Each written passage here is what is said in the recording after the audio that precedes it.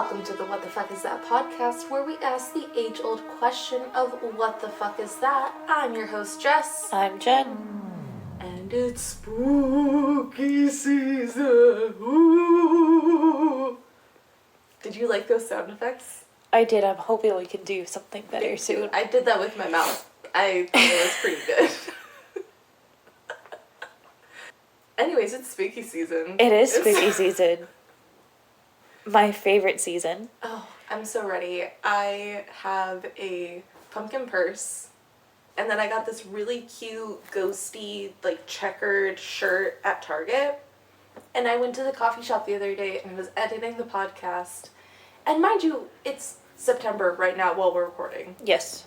But I walked in with this, and they're like, someone's excited for Halloween. I went, yes, and Yeah. no one asked your opinion about it. Like, they said it all offended. I'm like, let me get my seasonal fall drink and wear my ghosts and pumpkins in peace. Ew. I don't like people like that. Like, let me live my best spooky season. Yeah, like, no one asked your opinion about it. I came in here to get a latte. Like, Like, trust me, I am someone who absolutely loves summer. Summer has always been my favorite season. I'm from Texas. It's blazing hot in the summer. ugh, With like 1,000% humidity. Yeah, I know. But I will tell you, I love August, September, October, and like beginning of November. Well, Because here's my issue with the summer like that. Because I like to do things outside, and it's the perfect temperature in those months.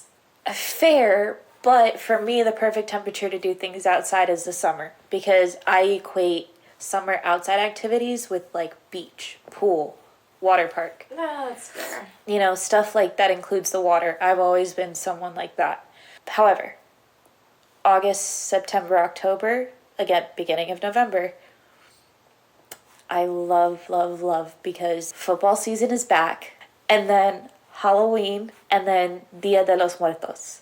There you go. Yeah, Those it's are all my like favorite. right after another, and it just looks so pretty too. Do you have a show that you like only watch in the fall? No. Really? Yeah. Do you have music that you specifically listen to in the fall? I'll tend to listen more to that I listened to as a teenager more in the fall. I do that too. You know, like, I don't know what it is. So there's obviously a few country songs, but it's mostly like the alternative rock, punk rock type stuff Yeah. that I listen to. And I don't know, for some reason it just hits different in the fall. Yeah, So, it's weird. I get that. Yeah, because I will watch Gilmore Girls and Bob's Burgers in the fall. really. Like, I don't care. For Gilmore Girls, I don't care where I am.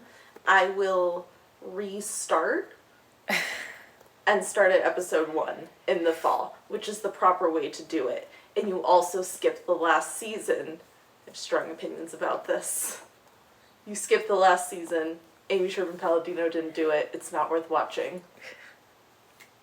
Anyways, I started in the fall every time. And Bob's Burgers just from wherever. Yeah. And then sometimes, I'll sprinkle in watching Futurama. So if you also say, yay, all things paranormal, head on over to our Instagram. Our Instagram is WTFIsThatPod. Over there you'll get all the show updates and announcements on what our topics for the following week is.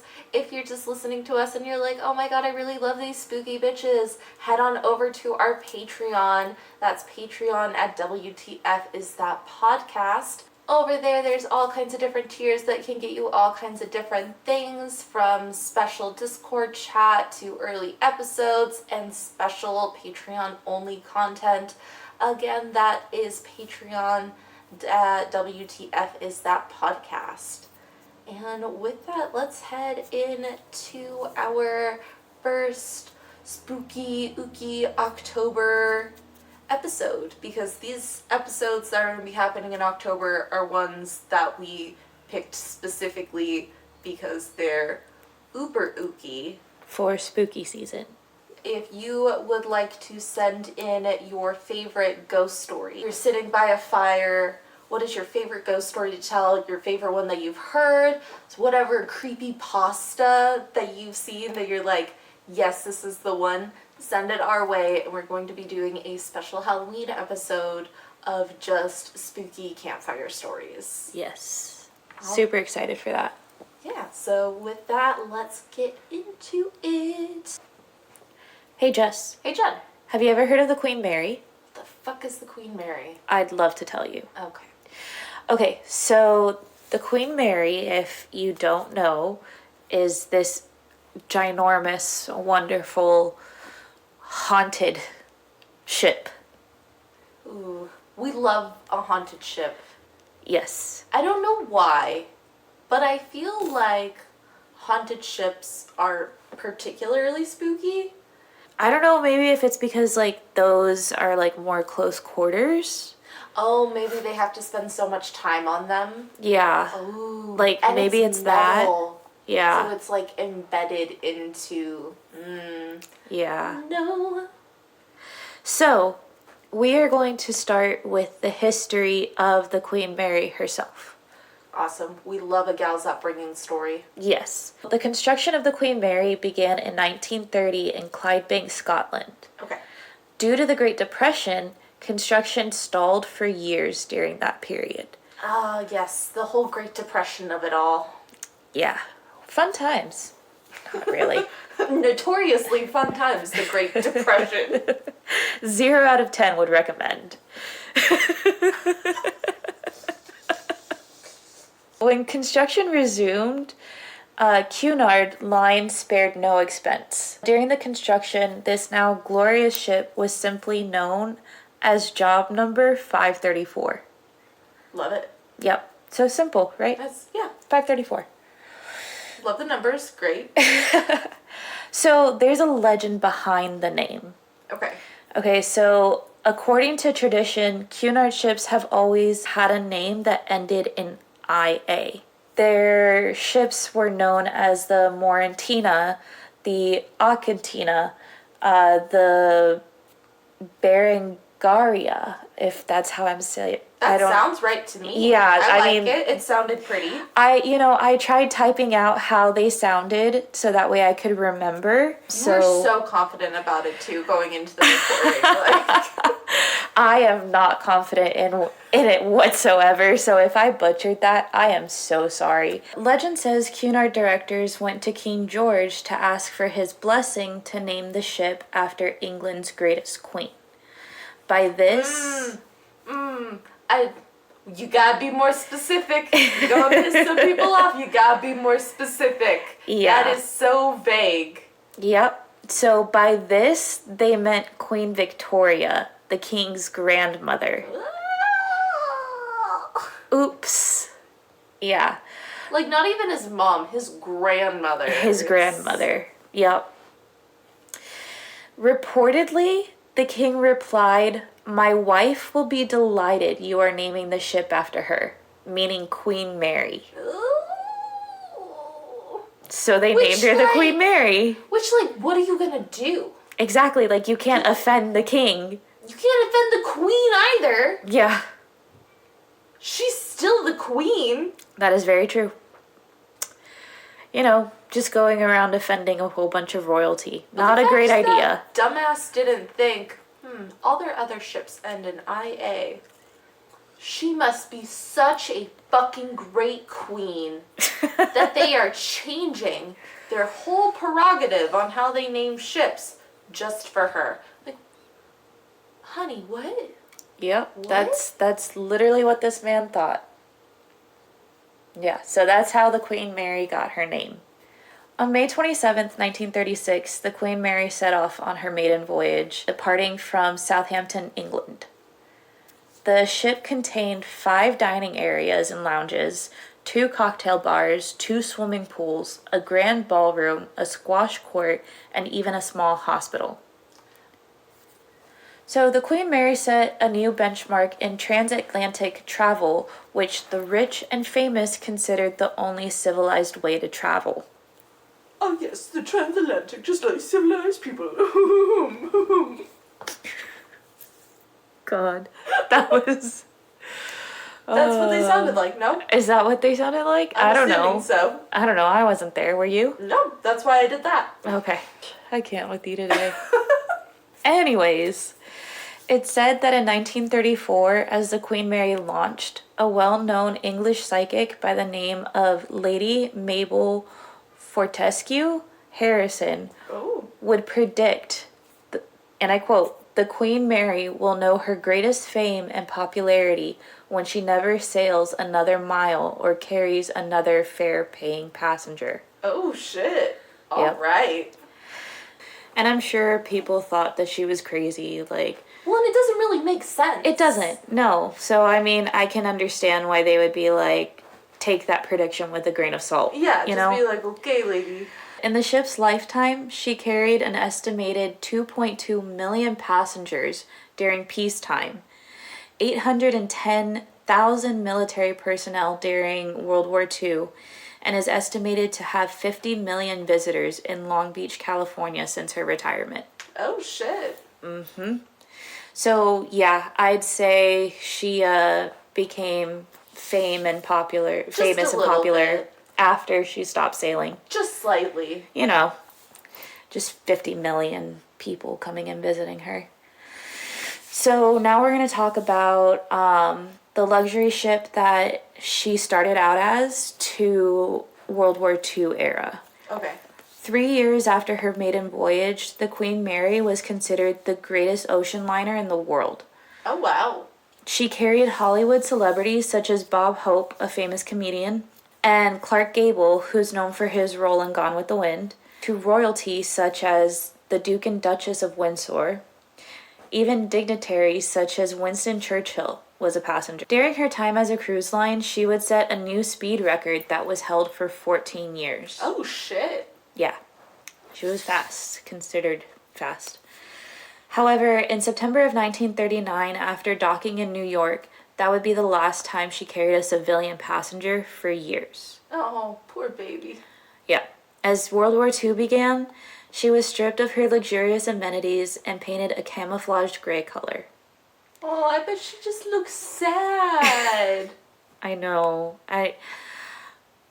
I mean, I'm sure she's back to her original color now, if I'm remembering correctly. Yeah, I'm pretty sure. But I've also seen pictures while doing research for this that her gray color just really did make her look completely different. Oh, I'm sure. And it's just like, how is that the same ship? Yeah. You know? So she was nicknamed the Gray Ghost due to her stealth and stark color. Ooh. She was the fastest and largest troop ship to sail, capable of transporting 6,000 troops at 30 knots, which is 34 to 35 miles per hour. Oh, man. Yeah. That's quick. It is. At the end of the war, she transported more than 22,000 war brides and their children to the United States. Oh, my gosh. Yeah. But the fact that that's a thing, it's like, oof. Oh, just wait. They had a name for it. What? These 13 trips became known as the Bride and Baby Voyages. Yeah. Big yuck. Yeah. Big yuck. Yeah, I know. It really bothered me too. After World War II, she underwent a 10-month refurbishing process, which would return her to her former glory. Oh, good. So she got to become a pretty girl again. She did. On July 21st, 1947, the Queen Mary resumed regular passenger services across the Atlantic. Oh, nice. Yeah. I like that they put her back to what she was originally doing. Like, Yes. they didn't just keep her As a military ship? Yeah, and then discard her after. Yeah, so I'm really glad that she was able to get back to what she was intended for. Oh, yeah. So that's great. However, as air travel became more and more popular, it would signal the end of the Queen Mary's era. Oh. Yeah, I mean, airplanes, commercial flying became... Yeah, well, I mean, if you can get somewhere in a day versus a week. Yeah.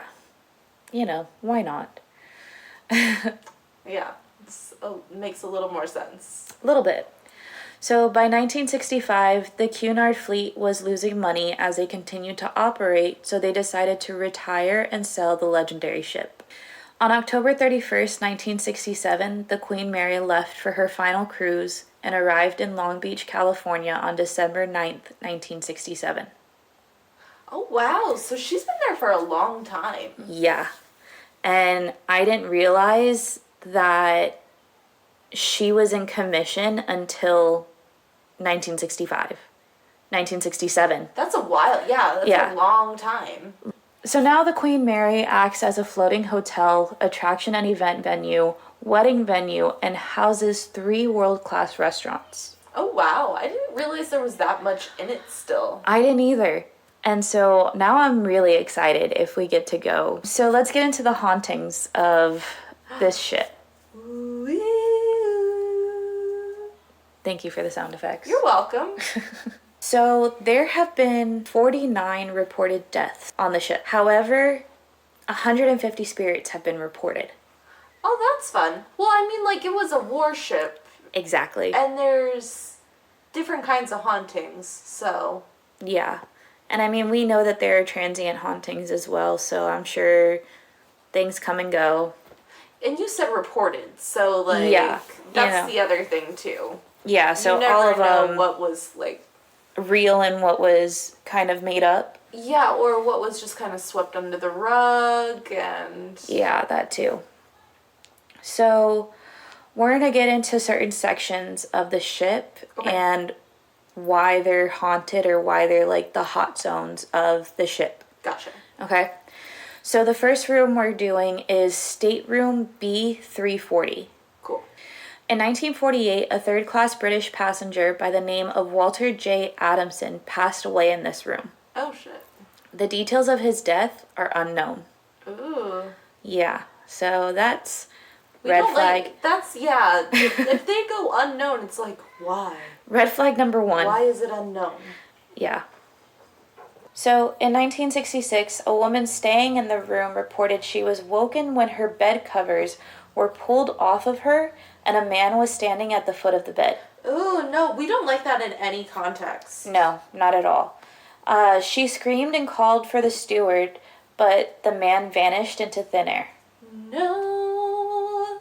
Yeah, guests staying in this room have reported hearing knocking on the door in the middle of the night and the bathroom lights turning on mysteriously. Ooh. Yeah, maids have even complained they would find water running in the bathroom even when no one stayed there in the room for days. Oh my gosh. Mm-hmm. There's something so tactile about turning on a faucet. And lights and knocking, like pulling off covers, that. These are some high energy spirits. I was about to say, this spirit has a lot of energy. Yeah. Where it's coming from, probably from the guests that are staying there. Oh, I wouldn't be surprised. I mean, it's just shocking to see that it can draw that much energy. So the room was closed off to guests for years, but has since reopened for anyone looking to have some creepy fun. Ooh, we love creepy fun. Yes, and to be honest, if we stay there, I would like to see if we could get that room. If it's the room that I'm thinking of, the like super haunted room is always way booked out in advance. Yeah, for sure. But I mean, still doesn't hurt to ask. That's fair. I mean, I'm sure we'll find some activity there no matter what. Oh yeah. We tend to attract things. Constantly. Alright, so the next room we have is the Maratina room. Ooh, fancy. Mm-hmm. So in 1989, 2 women were sent to clean the lounge for a VIP party. Now remember, there were 2 lounges, so I'm not entirely sure which one this is. Oh, gotcha. I'm assuming it's the bigger one, because I believe they had mentioned that one was bigger than the other. Oh, okay, I gotcha. Yeah. Apparently, when they walked into the room, they found a passenger sitting on a chair in the middle of the dance floor, not saying a word. Like, just imagining that in my head made my heart go, like, a boogity boogity. A what? A boogity boogity. You know, like that? Yeah. I've never heard it explained that way, but okay, sure. Mm-hmm. We'll go with that. You got the gist of it? Yeah, I got it. You know, Unfortunately, I got it. So a third woman ended up entering to help clean because she got sent there. And she states the passenger was just staring. And so she just asked them to move. Ooh. But when they didn't, they began to call for security. So the woman began to call for security. Fair. Yeah. And that's when the passenger just faded right in front of them. No, no, no, no, no, no. Yeah. So, gotta love that. It's one of those where I'm like, okay, was that an intentional haunting or residual? Because... It seems like both. Yeah, because the timing of them floating away is like, ooh. Yeah. I don't know. I'd have to be there myself, I think, to be able... That's fair. To feel what it is. Yeah. But... so all three of these women saw the same thing at the same time. Ooh. So that's kind of like almost like a confirmation that this happened. Like yeah, it wasn't three just people, you seeing things. Yeah, 3 people saw the same exact thing at the same time. Like that is insane. Now we're moving on to the first class swimming pool. This is reportedly one of the more paranormally active areas on the ship. Oh. Yeah. That's a little, Okay. Yep. Once considered the epitome of luxury, it housed an illuminated fountain, a mother-of-pearl ceiling, and an elaborate mosaic tiles. Mm-hmm. All right. It's no longer in use because of California's code issues, but it's still a hotbed for paranormal activity, just like I said. Sure. Well, it's a boat made of metal, and there's water in it, so... Very true. There are numerous reports of a young woman in a tennis skirt walking down the stairs and suddenly vanishing behind a pillar. Ooh. Yeah. Others have seen a woman in an old wedding gown next to the pool. It's always a bride. I was waiting for that. Always a bride. I want to make merch that says that. There's always a bride. And then just like a ghostly woman. There we go. However... Gladys. Sorry. Go ahead. She'd say we could name her Gladys. You can name her Gladys. A little ghostly bride. It's always a bride. Her name is Gladys. Okay. I don't make the rules. Alright, so from now on we have to say that it's a Gladys. It's a Gladys. It's a Gladys. It's a Gladys. Alright, so we got a Gladys. However, she's with a little boy in a suit. Oh, Gladys and Marvin.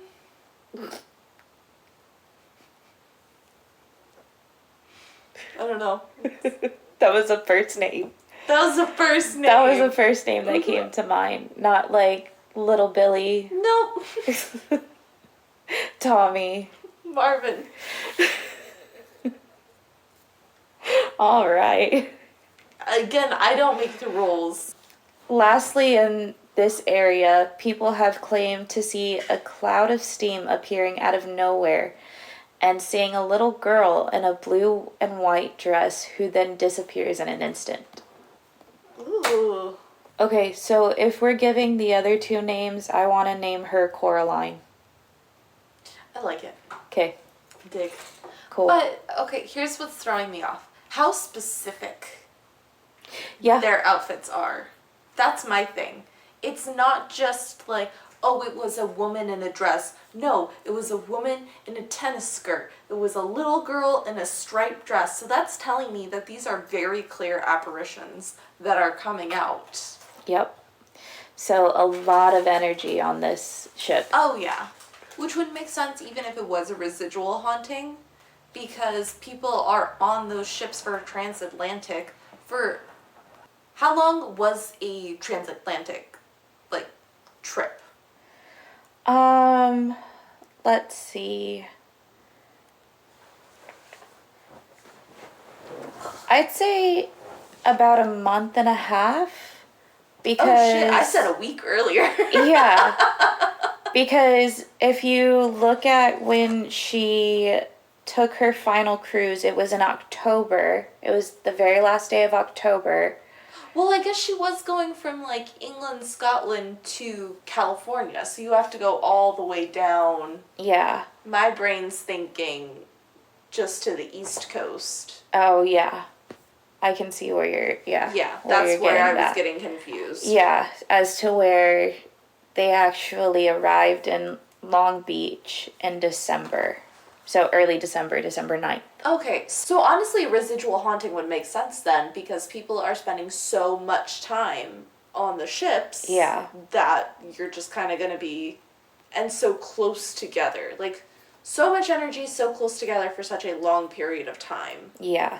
And not only that, but also think of the vast amount of ocean that has to be crossed for this. Yeah. And how many people have actually died in the ocean. Oh, yeah. So, yeah, I can imagine this ship is constantly just picking up energy as it's going from one end to the other. Oh, yeah. So, yeah, I can definitely see where the 150 spirits is coming from, that were reported. Oh, definitely. So, it's crazy to see all of this. And so we're getting to our last major hotspot. Okay. Which is hatch door number 13. Ooh, I don't like that. Yeah. I think I prefer a room. So, it's sometimes known as Shaft Alley. That's what she said. You're such a child. But, I mean, to, like, my imagination, my brain kind of makes those, like, metal, like, small, compacted, what's it called? Hallways, like... Oh, I see what you mean. Yes. Yeah, and, like, worker ships. Yes, I understand what you mean. Okay, cool. I'm glad you get my, I'm picking up what you're putting down. Thanks. You're welcome. So, this is the site of a very gruesome accident. In 1966, the watertight doors in the engine and boiler rooms were ordered to be closed. On this night, an 18-year-old crew member from Yorkshire was found 5 minutes after the order was given. When other crew members found him, he was being crushed by the hatch door with his arms pinned at his side. Once they freed him, he was taken to the hospital ward of the ship, showing signs of crush injuries to his arms, chest, and pelvis. Well, yeah, you don't say. Yeah. And he was bleeding from his nose, so obviously he's bleeding out. Yeah, internal bleeding galore. Yeah. He was given morphine, but died not too long after. Yeah. Obviously, traumatic injury. And you're on a ship. Like, there's not a lot that you can do. Exactly.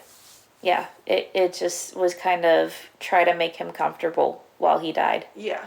Which I'm sure not enough morphine in the world could make him feel comfortable after that. Oh, absolutely not. I mean, if he was even conscious at that point, because I'm sure a body would go into shock. Fair. So, who knows? Anyways, his ghost is now seen quite often around that area. People have reported hearing the sound of someone running behind them and whistling. Others have reported spots of grease on their face that look eerily like fingerprints. Ooh, I don't like that one. I can deal with the whistling. I don't care for the whistling, but I can deal with the whistling. Yeah. But there's something about, like, leaving a mark where I'm like, oh, no. We will not be doing that today. Thank you. Yeah, so that's a little creepy for sure. There have been reports of a figure believed to be a bearded man wearing blue overalls that looks just like the man who died, but they only see him out of the corners of their eyes. So it's like a very quick glance. I was gonna say, do people see him? And if so, is he like a bloody mess or is he just look like a dude? I'm assuming that he looks like himself because if they're just catching it in the corner of their eye, he's probably just walking by or something. Yeah, they're not really seeing. Yeah, that's my sense, or at least maybe that's my hope. Yeah. Because I can only imagine where you just see a flash of a man who's being crushed or who has been crushed in the corner of your eye. Yeah, Like, no thank you. That sounds seems a little traumatic. Spooky. Yeah. Lastly, guests have reported seeing an engineer walking around the halls, asking guests if they've seen his wrench, but when they turn back around to look at him or go back to find him, he's gone. Ooh, it's so specific. Mm-hmm.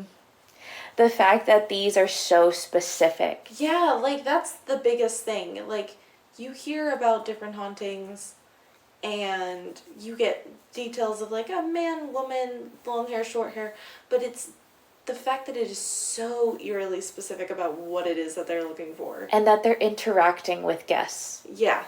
Like, as if no time has passed, as if nothing has happened. Whether they're cognizant of it or not. Yeah, exactly. They are still interacting with people on this plane. Yeah.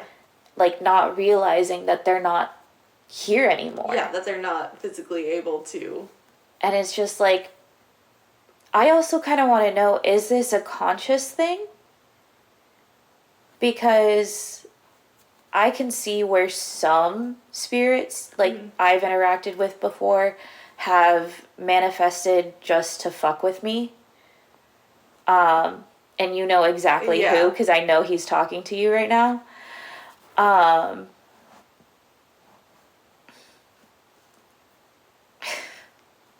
But then it could also be like, I know some spirits who are aware that they are not alive, but physically cannot break themselves out of that loop. Yeah. Of looking for something, so then it ends up looking like an impulsive thing like that, of looking for the same item. Yeah, so I don't know how much of it is which. I would love to find out if I could. That would be cool. But, I don't know. We'll just have to see if we pick up anything when we go. Anyways, that's the Queen Mary. That was so good. Thanks. I really want to go to there. You really want to go to there? I really want to go to there. I mean, yeah, I really want to go to there too. That was a lot of tease. Thank you. Thank you for that story. You're welcome. I enjoyed telling it. Oogie ghosts. Yeah. Anyways, you want to horrify us some more with your fucking weird ass facts? Absolutely. So, disturbing fact for today. Boo-doo-doo-doo-doo. I would like some actual music. That'd be cool. Maybe we'll get some eventually. It was all in due time. Oh my gosh. Alright.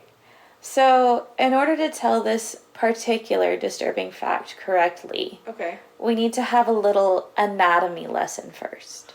I hate when you do this to me. I hate when you're like, we're going to teach you about science. I'm like, oh no, this is my weakness. Exactly.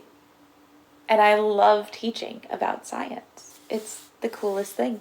It's the coolest. Anyways, alright, back to it. So, you know the bones of our skeleton? Yes, I'm aware we have them. Okay, great. They have a film-like covering. So, like, they have a sheet over it. Okay, it's very thin. The disgust on your face already. That wasn't the disturbing part? No. Because now I can't stop feeling my particles. No. Anyways, No, you're fine. Moving yeah, on. you're fine. They're connected by small little fibers. Okay? Yeah. This is called your periosteum. Okay. Okay? So, have you ever heard of shin splints? Mm-hmm. Have you ever experienced them? Mm-hmm. Okay, so you know how painful they are. Fucking fortunately. Right? A lot of soccer players get them. If you don't know what they are, it's like this immediate, sharp, intense pain in the front of your leg, so like your shin area, or the bone called your tibia. You hate the fact when I tell you the names. Mm-hmm. I don't. I like to give them other names, and then she gets really mad at me. I do. Like Fred and Mary and George. I don't even remember which bones those are. I don't either. It doesn't matter.